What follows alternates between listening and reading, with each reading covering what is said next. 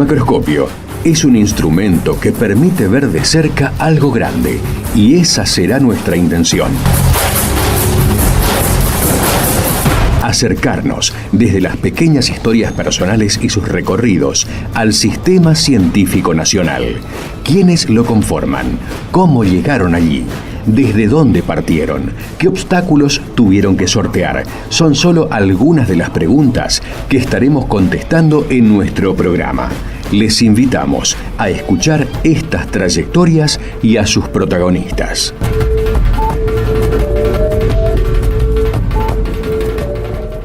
Buenas tardes, estamos aquí en Macroscopio como todos los lunes.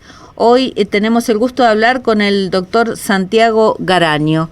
El doctor Garaño es licenciado y doctor en antropología por la Universidad Nacional de Buenos Aires, es investigador independiente de CONICET, trabaja en el Instituto de Ciencias Antropológicas de la Facultad de Filosofía y Letras de la UBA y se ha dedicado a investigar el terrorismo de Estado en Tucumán, específicamente en lo que se llamó el Operativo Independencia, y otros temas también relacionados con la violencia institucional y el terrorismo de Estado.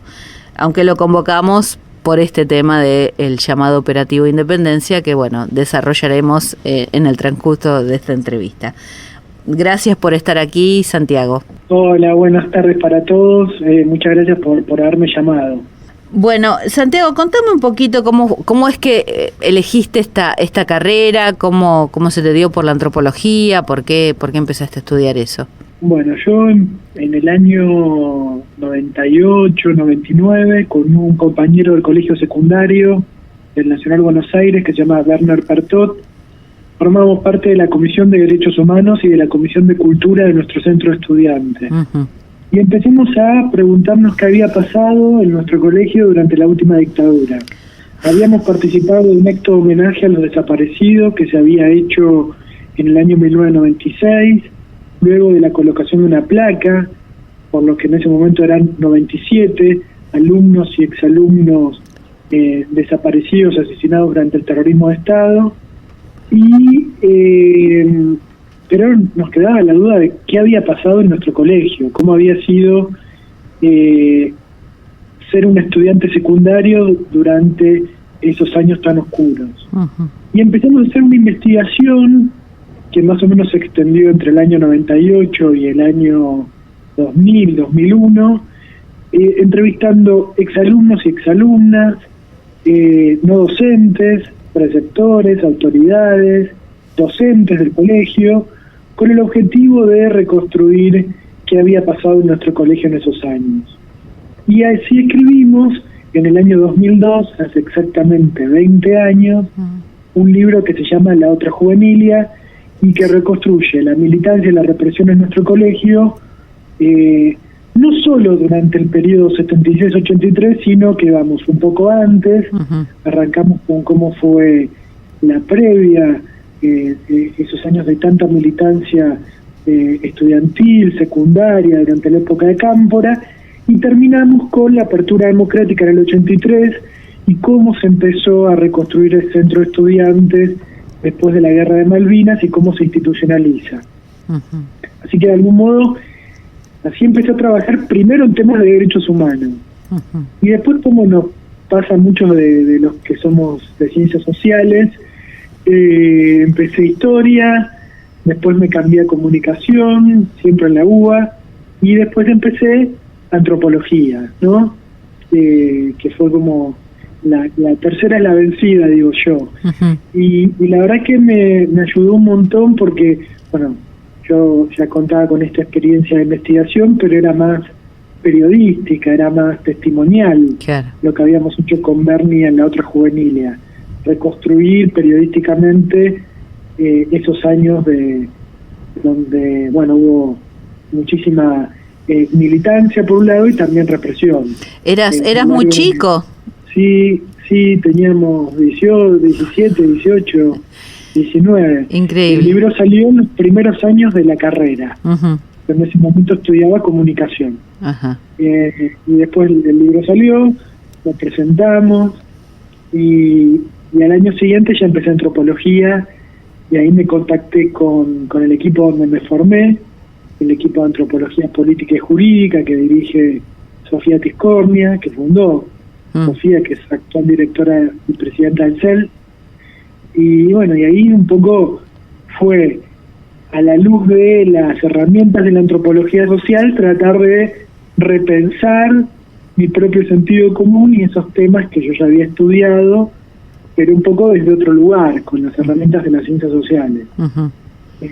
Y bueno, y ahí me postulé una beca de estudiante, becas que en ese momento daba la UBA y que hoy son las becas SIN, y tuve mi primera beca de iniciación, y ahí hice mi tesis de licenciatura sobre los presos políticos de la última dictadura, y luego saqué una beca de CONICET en el año 2008, en marzo de 2008, y defendí rapidito antes de que salga la beca, defendí mi tesis de licenciatura y entré a trabajar ya el tema de mi tesis doctoral, que continúo trabajando, que es la experiencia cómo fue. En principio estudié cómo fue el servicio militar obligatorio, la experiencia de los conscriptos durante esta campaña militar que se desarrolló desde febrero de 1975, que se denomina el Operativo Independencia. Bien. ¿Sos el primero en acceder a educación superior en tu familia o ya tenés profesionales? No, mi mamá es lingüista, investigadora del CONICET jubilada. Ah, bien, tenemos ya. Mi papá era psicólogo, murió hace 2 años, y así que no, bueno. Y ya mi abuelo era ingeniero. Sí, ya tenés. Mi abuela, ya hay una impronta ahí familiar. ¿Perdón? Que hay una impronta ahí familiar fuerte. Hay una impronta familiar, sí. Tanto lo que tiene que ver con las ciencias sociales, claro, y con investigación, y con el tema de los derechos humanos. O sea, yo me crié así en el año 81, así que un poco me crié en ese contexto que la película Argentina 1985 de algún modo busca retratar, ¿no? O sea, desde que era muy chiquito el tema se hablaba en casa, íbamos a las marchas y vivimos. Mis primeros recuerdos tienen que ver con los retrocesos cuando se promulgaron las leyes de obediencia debida, punto final, y fundamentalmente me acuerdo mucho del indulto, ¿no? Sí. O sea, que yo ya entré al secundario en tiempos de impunidad, claro, a mediados de los 90. Claro, y aparte a ese secundario además, ¿no? Con esa historia también tan terrible y tan particular como otros grandes colegios de Buenos Aires, ¿no? Pero vos sabés que no conocía yo esa historia. La verdad que la conocí haciendo la investigación. Nosotros empezamos a hacer entrevistas a exalumnos, entrevistas que hoy están todas disponibles, digitalizadas, eran esos viejos VHS, y claro, gracias a CONICET y a un laboratorio que se llama el DILA, pudimos digitalizar esas 50 y pico de entrevistas. Qué bueno. Y subirlas a la web, y después consultamos un montón de documentos porque pudimos acceder a los archivos del colegio, ¿no? Y accedimos tanto a documentación más burocrática como otra información más confidencial que estaba perdida o arrumbada en la rectoría del colegio, y que el rector de aquellos años, que era José Sanguinetti, nos dejó consultarla. Y la verdad es que fue en ese cruce de los documentos y las entrevistas pude conocer toda esa historia, que quizás la conocía más como una historia general que había pasado en la dictadura, pero no en particular que había pasado en nuestro colegio secundario. La verdad que fue todo un descubrimiento.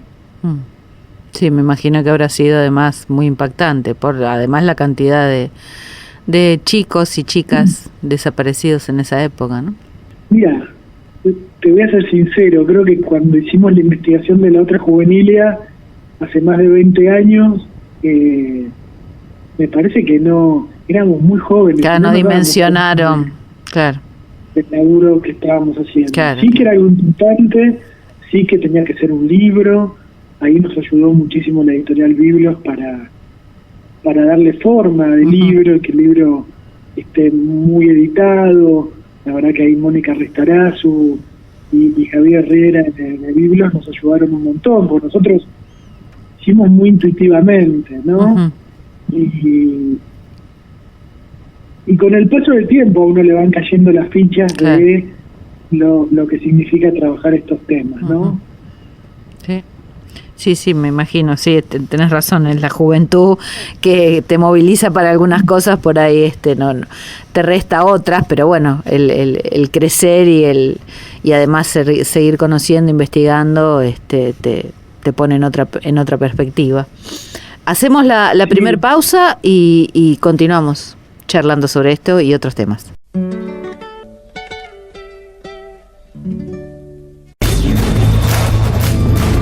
Macroscopio, la ciencia en su laberinto. Continuamos hablando con el doctor Santiago Garaño. Bueno, estábamos hablando particularmente de su primer trabajo de investigación en su adolescencia con un compañero en la secundaria sobre el tema de estudiantes desaparecidos en el Nacional Buenos Aires. Y bueno, después otros temas que también tienen que ver con lo mismo, como me decías, los presos políticos. ¿Cómo llegás al tema del operativo Independencia? Obviamente tiene que ver con todo esto, pero ¿cómo particularmente no voy a decir llamó la atención, pero qué es lo que te acercó al tema de Tucumán? Bueno, primero tendría que hablar de la segunda investigación, que también fue muy... Quizás ahí sí ya empecé a tomar un poco más de conciencia sobre qué implicaba trabajar estos temas tan duros, ¿no? Porque cuando presentamos la otra juvenilia, decidimos un poco salir de esta cosa más porteñocéntrica del Nacional Buenos Aires, de la élite, y lo fuimos a presentar a Córdoba, a Rosario y a San Juan, a donde nos invitaron amigos, conocidos, familiares y demás. Y en San Juan conocimos a una expresa política que se llama Margarita Camus, que era miembro de APDH San Juan, que nos invitó a presentar, bueno, y lo presentamos en un colegio universitario, el Colegio Central Universitario de San Juan. Ahora bien, ahí fue raro porque estaba Margarita como expresa política y miembro de APDH, y quien había sido rectora durante la dictadura de ese colegio. Porque ella, al revés de lo que había pasado en el Nacional Buenos Aires, había cuidado, contenido y preservado a los estudiantes, en vez de perseguirlos y disciplinarlos. Claro. Así que Rosita Collado, que murió hace poquito, había sido un ejemplo de una rectora que había sido un baluarte de la democracia y que luego también se había integrado a la APDH ya en democracia. Y esa noche, cuando terminó la presentación, Margarita nos invitó a su casa, a Bernie y a mí, y nos invitó a cenar con sus amigos. Y empanada que va, empanada que viene, vino que va, vino sanjuanino, no cualquiera. Viste que ahí hay no cualquiera. Esto es como River Boca. Sí. Estos amigos no solo eran amigos de ella, de San Juan, sino que también habían estado presos, sobre todo una de ellas había estado presa con Margarita, y ellos también habían estado presos, pero en cárceles de varones. Así que fue como empezar a escuchar por primera vez historias que yo realmente no conocía sobre cómo había sido la prisión política en dictadura. Y ahí con Bernie dijimos, hagamos un segundo libro. Y la editorial Biblos nos ayudó un montón, financió parte de la investigación, e hicimos un libro sobre los presos políticos, reconstruyendo cómo había sido la experiencia en las distintas cárceles de máxima seguridad. Devoto, donde fueron concentradas las mujeres, y después los varones que estuvieron en Caseros 9 Vieja, en Rawson, en la Unidad 9, en Resistencia, en distintas cárceles a lo largo de todo el país. Y un poco fue también otro trabajo muy importante, pero también muy duro, porque la mayoría de ellos habían tenido un paso por centros clandestinos de tortura, de exterminio, habían perdido compañeros, compañeras, parejas, Y sí, eso fue muy duro como trabajo de investigación. Claro. Y ahí un poco apelé a una cierta disociación e hicimos un libro periodístico que se llama Detenidos Aparecidos, que va desde la masacre de Trelew hasta los últimos presos que cumplen su condena en el año 89. Uh-huh. Recordemos que Alfonsín no libera a los presos políticos, sino Sí. que los hace cumplir la condena hasta el último momento. hasta finales de hasta incluso ya asumido Menem. Y después hice mi tesis de licenciatura ya desde la antropología social. Claro. Y bueno, también salió publicado como libro en la colección de los libros de la Buena Memoria, que es una colección de libros universitarios que saca la Universidad de Misiones, la de La Plata y la de General Sarmiento. Uh-huh. Así que bueno, un poco ahí tuve que manejar esos dos registros, uno de un libro más novelado, Detenidos Aparecidos, que tuvo mucho de la impronta de Werner Pertov, que es periodista, que es además estudió letras, así que tiene toda una impronta literaria que yo, un poco adquirí gracias a él, y en una dimensión mucho menor. Y sí, después mi tesis de licenciatura, que fue hecha en el marco de una beca de la UBA, como ya dije, Uh-huh. y donde se planteó un poquito la semillita de trabajar sobre el servicio militar obligatorio. Uh-huh. Pero eso sería ya una tercera investigación, que es la del operativo Independencia. Claro. Y ahí y ahí empezaste. ¿Cómo empezaste? ¿Cómo encaraste esa tarea? Bueno, mi obsesión era trabajar una institución que yo creo que atravesó todo el siglo XX, que es el servicio militar obligatorio, ¿no? Uh-huh. Y muchos de los entrevistados para el libro Detenidos Aparecidos y para mi tesis habían sido presos políticos que en sus entrevistas me hablaban de su paso por la colimba, ¿no? O habían sido secuestrados, detenidos durante su paso por el servicio militar. Entonces yo dije, hay que trabajar el servicio militar obligatorio, hay que trabajarlo en dictadura. Para tratar de dar cuenta de cómo había operado esa institución que, según era mi hipótesis en ese momento, había inculcado a la mayoría de la población esos valores castrenses, bélicos, nacionalistas, que creo que fueron poco estudiados, ¿no? Uno sabe más de la escuela primaria como espacio de creación de ciudadanía, pero el servicio militar fue un espacio de construcción de masculinidad hegemónica, de disciplinamiento de los cuerpos, de los varones, y me parecía que era una institución para estudiar. Ahora bien, cuando presenté el proyecto, saqué mi primera beca de CONICET, y mi directora me dijo, sos consciente de que es un proyecto muy amplio, ¿no? Uh-huh. Y me sugirió que recortara a un caso. Claro. Y ahí una compañera ese verano se había ido a Tucumán y me habló de un grupo de conscriptos tucumanos que pedían una pensión de guerra por haber estado en el llamado Operativo Independencia. Entonces ahí dije, tengo que trabajar la experiencia de los conscriptos, no ya en dictadura, sino los conscriptos que fueron al Monte Tucumano. Creo que fue una buena hipótesis, casi intuitiva te diría, porque haciendo el trabajo me di cuenta de que al sur de Tucumán, a la zona de operaciones del Operativo Independencia, desde febrero de 1975 en adelante, fueron enviados miles y miles de soldados que cumplían el servicio militar obligatorio de todas partes del país. Y así, casi intuitivamente, como digo, a veces los caminos me fueron llevando al Monte Tucumano. Sí,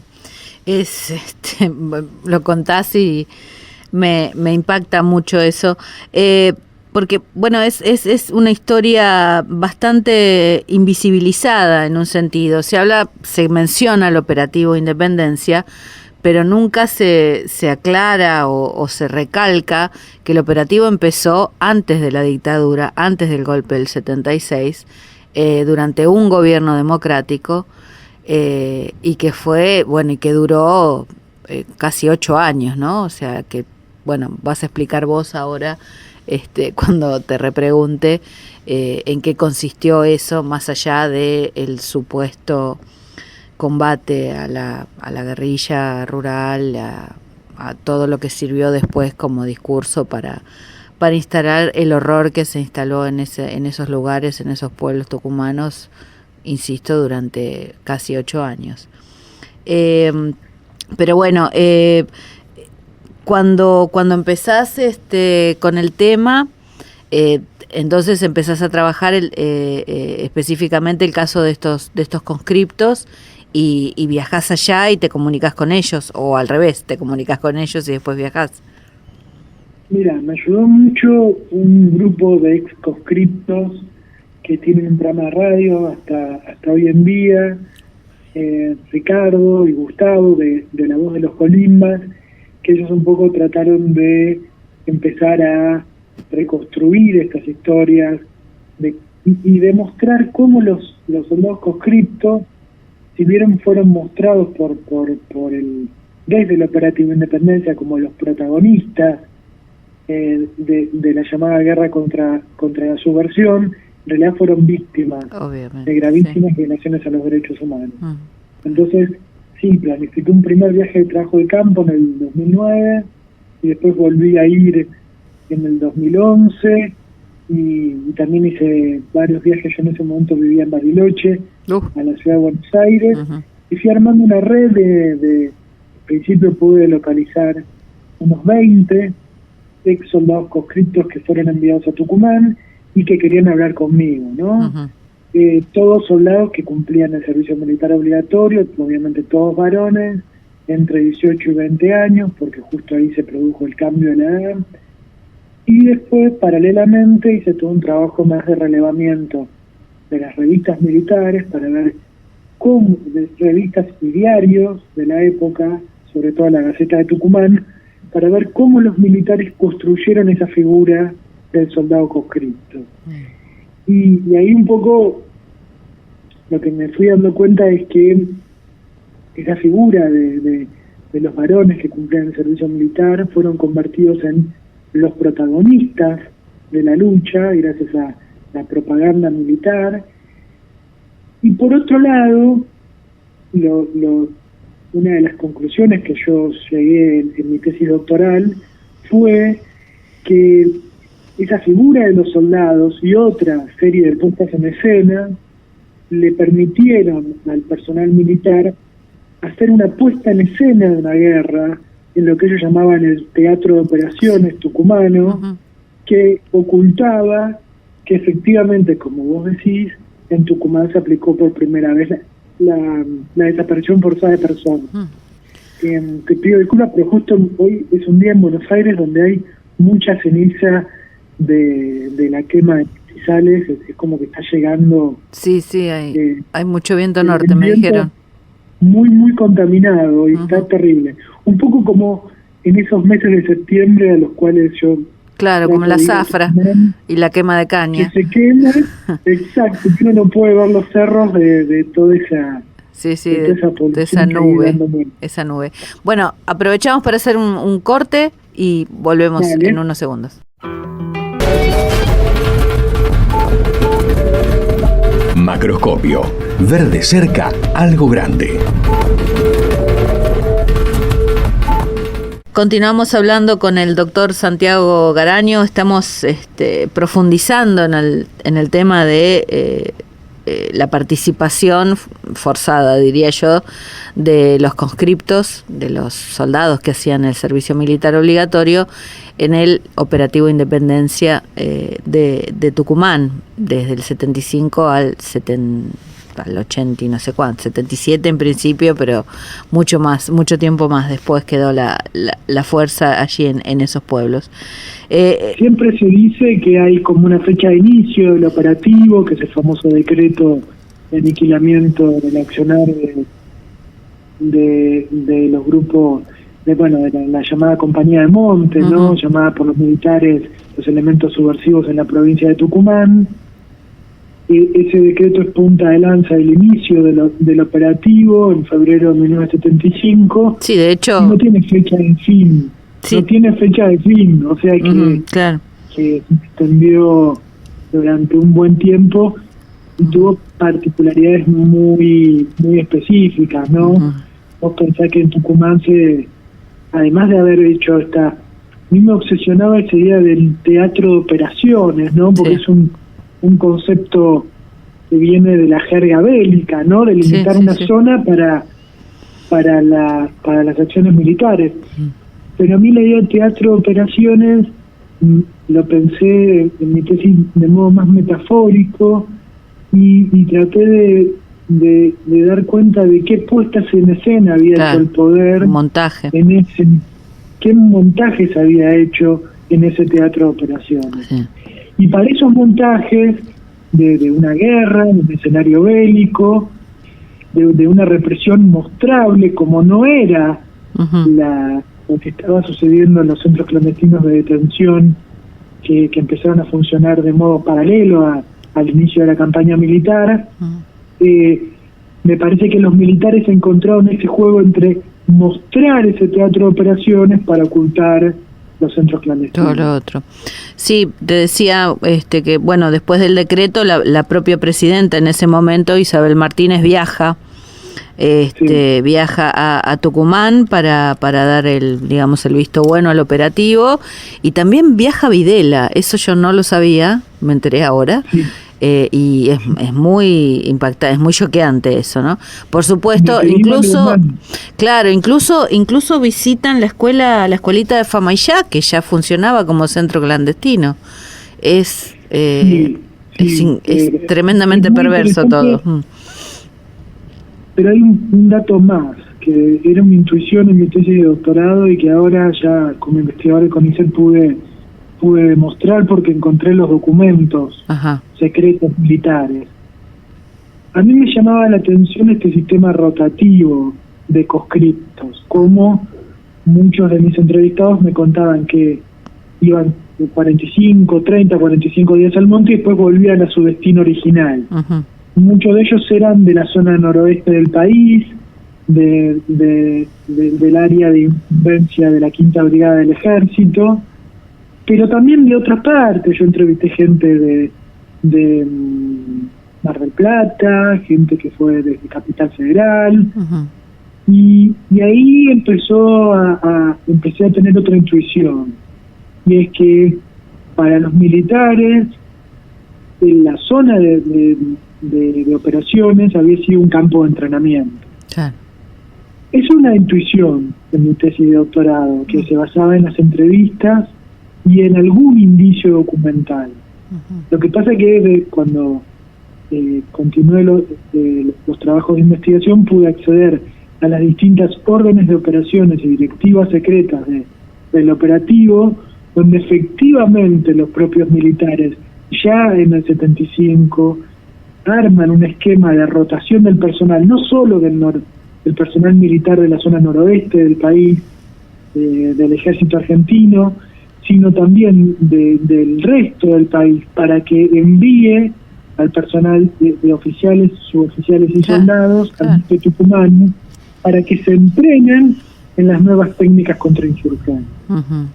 Entonces, no solo fueron estas figuras como la presidenta, como Videla, que pasó allí Navidad, si no me equivoco, y no solo llevaban permanentemente figuras del espectáculo, del deporte, de autoridades militares y también civiles, como legisladores y demás, sino que utilizaron esa zona alejada de los grandes centros urbanos, porque está cerca de la ciudad de San Miguel de Tucumán, pero también lejos, simbólicamente, para entrenar al personal militar en estas nuevas técnicas contrainsurgentes y también para comprometerlos con la represión ilegal un año antes del golpe de Estado.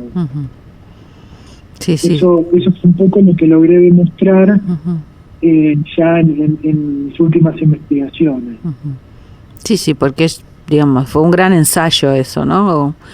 y estaba ahí todo armado y estuvo todo planificado desde el primer momento. Yo no dejo de salir de mi espanto, ¿no? Cuando veo que cómo utilizaron los ingenios que ya estaban cerrados, escuelas, o sea, digamos, todo lo que había ahí para ocupar, se ocupó con ese fin, ¿no? De ser centro clandestino.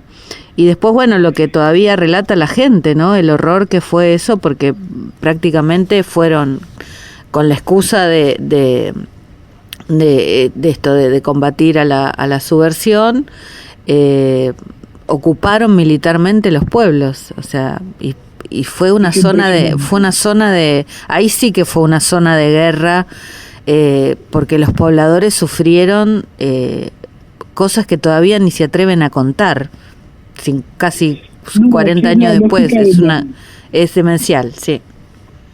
Es la lógica de la ocupación militar. Sí. De hecho, pude encontrar informes hechos por los propios militares sobre cómo se había planificado, organizado y desarrollado el operativo, y ubican distintas fuerzas de tareas conformadas de modo mixto por grupos que provenían fundamentalmente del norte argentino, pero también de otras partes, y que ocupan lugares estratégicos que funcionan en distintas dependencias, como vos decías, de viejos ingenios, o la comisaría Fenayá, y arman todo un esquema de ocupación territorial.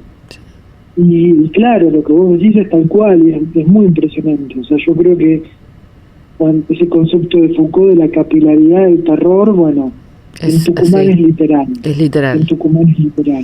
La gente sufrió, los pobladores del sur tucumano sufrieron en sus cuerpos una represión brutal y que está subdenunciada. Totalmente, ¿no? Además. Y los soldados también, porque la mayoría de estos 20 soldados que pude entrevistar me contaron cómo la mayoría de ellos fueron considerados sospechosos de colaborar con la guerrilla, y la mayoría fueron estaqueados, castigados a lo largo, durante su paso por el operativo de Independencia, y hay muchos soldados conscriptos desaparecidos durante el operativo de Independencia, ¿no? Como fue el famoso caso del soldado Ledo, pero otros tantos casos, ¿no? De soldados que por ser díscolos, por ser conflictivos, por preguntar mucho, o por ser sospechosos de colaborar con organizaciones armadas o de tener militancia de izquierda, bueno, fueron tomados como un enemigo infiltrado y sometidos a los castigos brutales, ¿no? Sí, los que sufrían todos. Vamos a hacer una breve pausa y volvemos en unos minutos, ¿sí? Macroscopio, lunes de 18 a 19. Conduce Sandra Nicosia. Continuamos hablando con el doctor Santiago Garaño. Bueno, estamos profundizando en el tema del operativo Independencia, estamos hablando de lo que han sufrido los pobladores, los conscriptos que se vieron obligados a desempeñar sus tareas allí.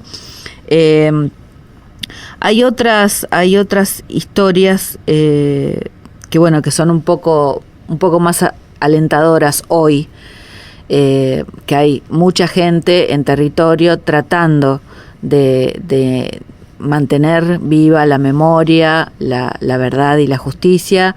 Está como, bueno, se logró que la escuelita de Famaillá sea un monumento, un sitio, de memoria, identificado.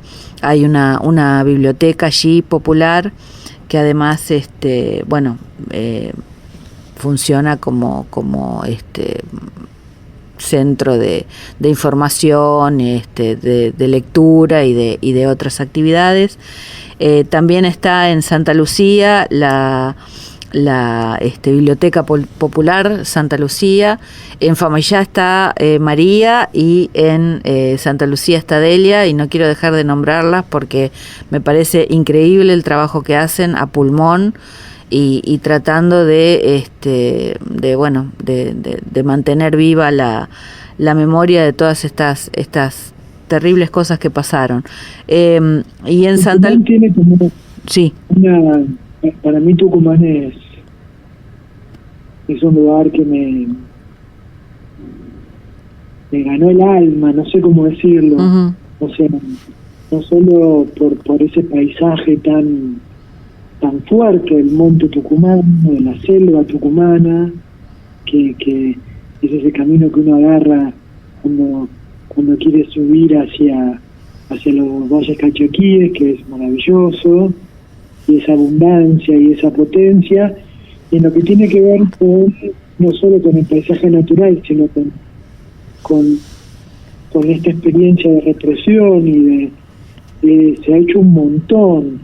Bueno, por un lado la escuelita de Famallá, que con a pulmón, con muy pocos recursos, con muy poco personal, María Coronel, Valeria Totongi, le dan vida, le tratan de llenarla de contenido, pero también tiene otras singularidades, como el hallazgo del galpón, de uno de los galpones de la compañía de Arsenales Miguel de Ascuénaga, también.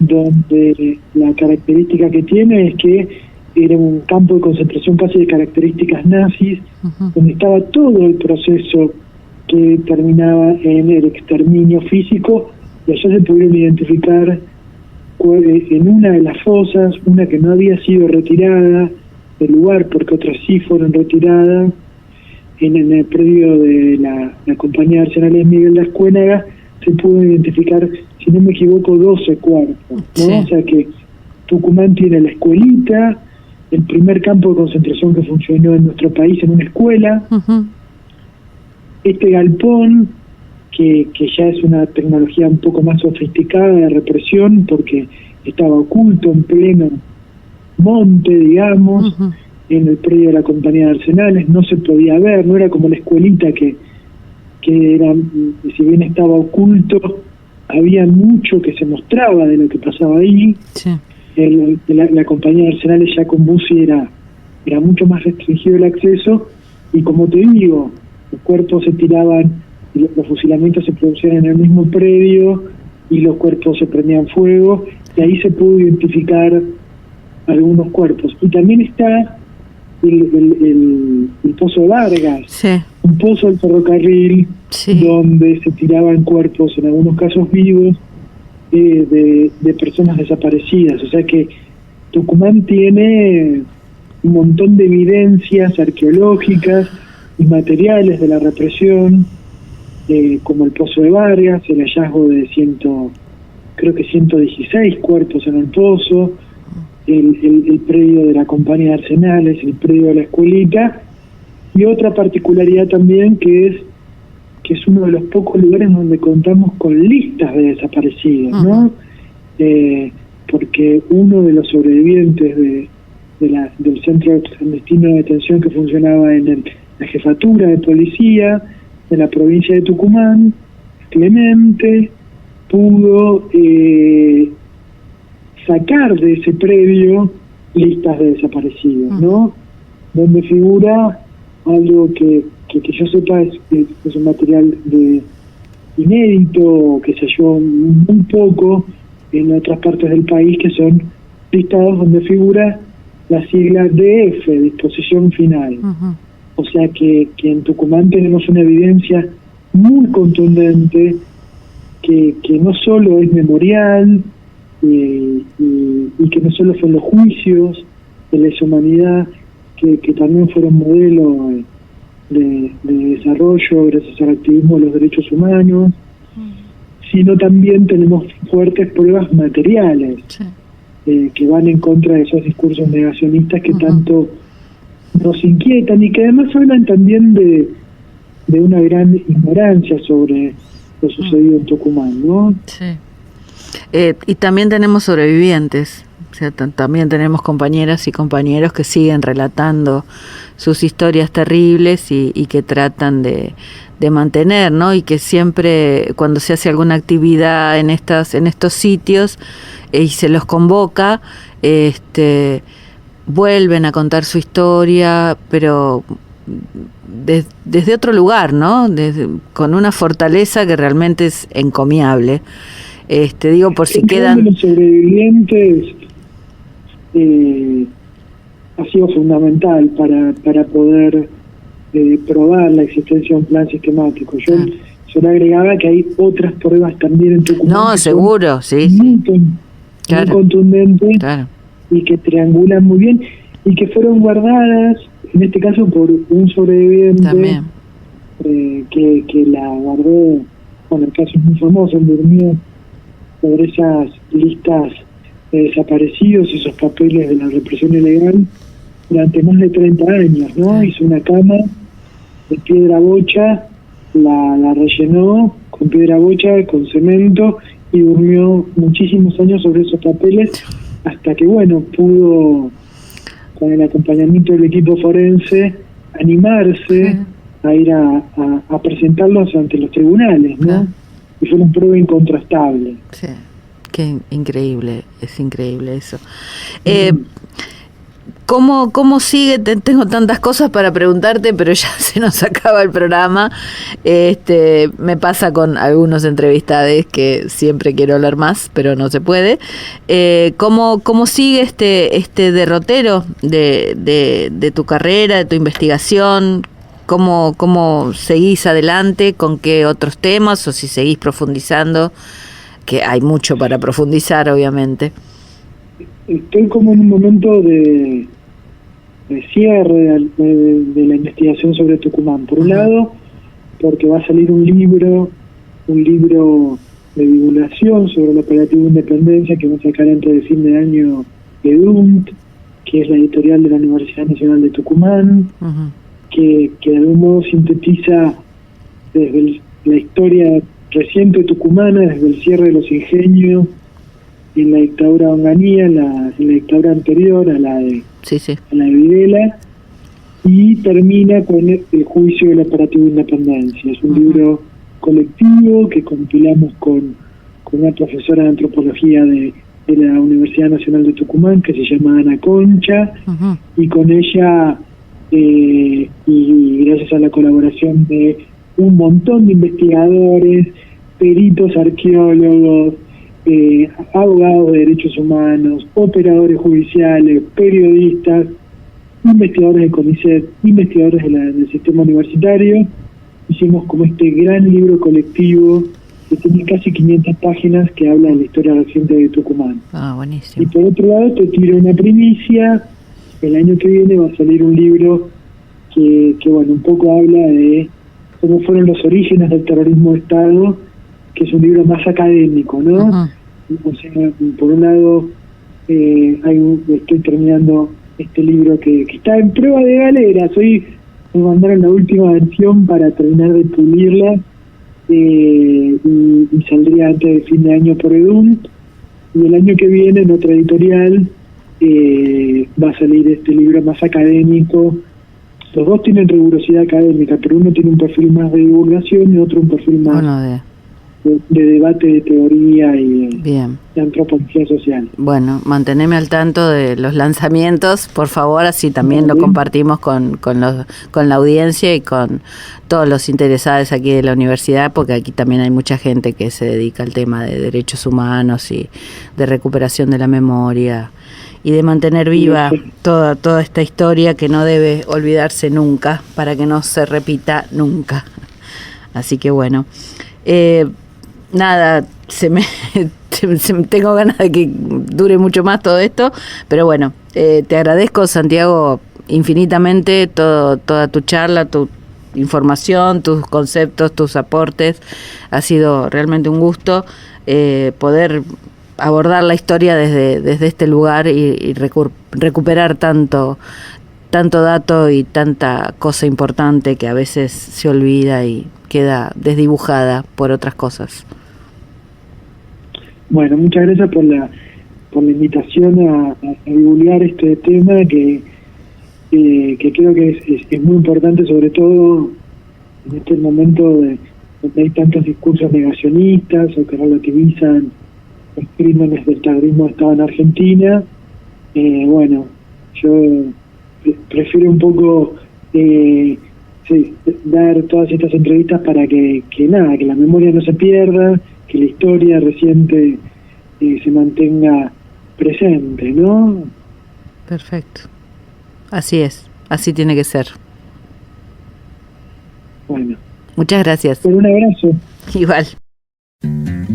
Hoy en Macroscopio escuchamos Samba del Grillo, Chacarera de las Piedras, Preguntitas sobre Dios y Los Hermanos del maestro Atahualpa Yupanqui. Nos despedimos hasta el próximo lunes. Los saluda Sandra Nicosia, operación técnica Beco Blanco.